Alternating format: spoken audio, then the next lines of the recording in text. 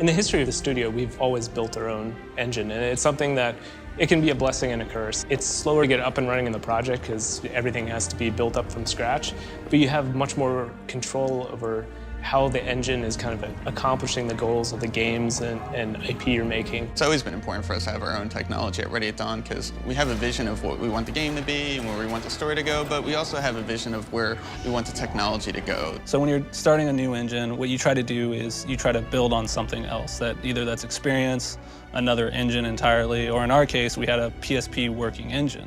On the PSP, it's how do we make it smaller? How do we kind of condense it? How do we streamline it? On the PS4, everything is how do I make it bigger? How do I make it faster? How do I make it more in your face? My feeling was that for this generation, a big distinguishing factor was going to be just how much more alive a game level should feel. We want every part of it to look like it belongs and feels kind of real and lifelike. We want it to look like it's a real living, breathing environment, and there's a lot of parts to that. Whether it's smoke, things blowing in the wind, everything that is moving in the game interacts volumetrically and correctly with the air in the environment. When our characters are standing there and the wind is blowing and you get the coat flapping in a physically correct manner, whether you even understand why it looks better than you've seen before, it just registers, The player doesn't know why, but it looks better. It looks more realistic. It's taken a lot of time and a lot of effort, but we've started to get, really realistic movement to the cloth. You see how they move, you see how they behave, you see how they feel, how they respond to light differently.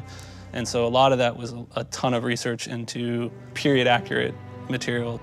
For every little, glint on a material or things like that, every bit of texture, we scan lots of textiles to get that sort of real world look embedded into our materials. And so that was actually kind of challenging, is finding those materials in today's societies, because we have a lot of synthetic materials now. Using a 3D scanning process, we took reams and reams of these kind of historically accurate textiles and digitized them down to sub-millimeter precision, which just has all the imperfections and also artistry that is really hard to kind of simulate from scratch. We actually have specialized cloth shading technology to make it look right and sit well in the scene and make it so that when you see it, it just looks like cloth and it doesn't look like a plastic tarp wrapped around the guy. We really put a huge investment in terms of our material model and the lighting that reveals it. Those two things really go hand in hand. I think over the last 5 years, the industry, both movie industry and the gaming industry, has kind of transitioned into a more physically accurate lighting model. So game lighting tends to be very kind of forward diffuse lighting versus kind of glancing and getting the variation in wetness, in sheen, in material properties. So instead of having full-on direct lights that just illuminate the full face of a character, you have glancing lights that are catching kind of imperfections and implying form. We've spent a lot of time getting a good volumetric look to our lighting and our fog system so that it creates a kind of mood and atmosphere. The world we're in, especially you have foggy London, fluid and fog and these dense atmospheres and grime and soot are all very difficult anomalies to actually model. Even London today, the fog is a common element. But if you look at the Industrial Revolution, it's like you had fog and you had booming industry, you had soot, you had pollution. It was almost like another character in our world. Yeah, I think in the past, games kind of used fogs to clip out draw distances because they couldn't render as much, and so they bring the fog plane in, and maybe on PCs, if you had a really boss video card, you could crank that dial back up and you could see further and further. And now we're using it to accent the world and some of the players to really get the life and the feeling of everything there. It gives it this kind of living, breathing, immersive quality that actually gives more depth to the world because it's so integral to making the characters and world feel cohesive and of that place and time. When there's a certain tone in the story, a lot of it doesn't just come from what the characters say or even just from the actors and their motion capture. A lot of it comes from the environment. It comes from the lighting and sort of the atmosphere.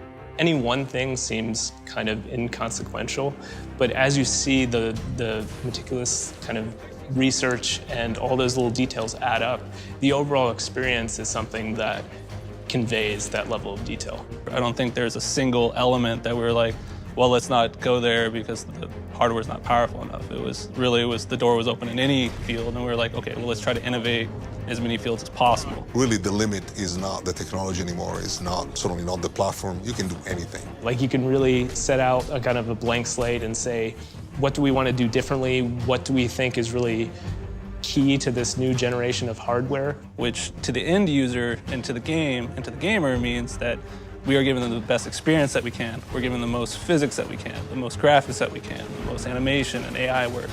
And so what we're able to do is we're able to tailor each of those systems to maximize the hardware, to give them the best outward experience, because now we're doing stuff that wasn't before possible. You have a truly cinematic, immersive, experience with characters that you care about, with environments that, blow your mind, that look so painterly and so beautiful and so interesting that you actually want to spend time in that world. Stay vigilant, all of you. We can expect hot work here. Music is an absolutely essential part of the experience in every way. The sound of the game is just as unique as the visual. It has its own identity. PlayStation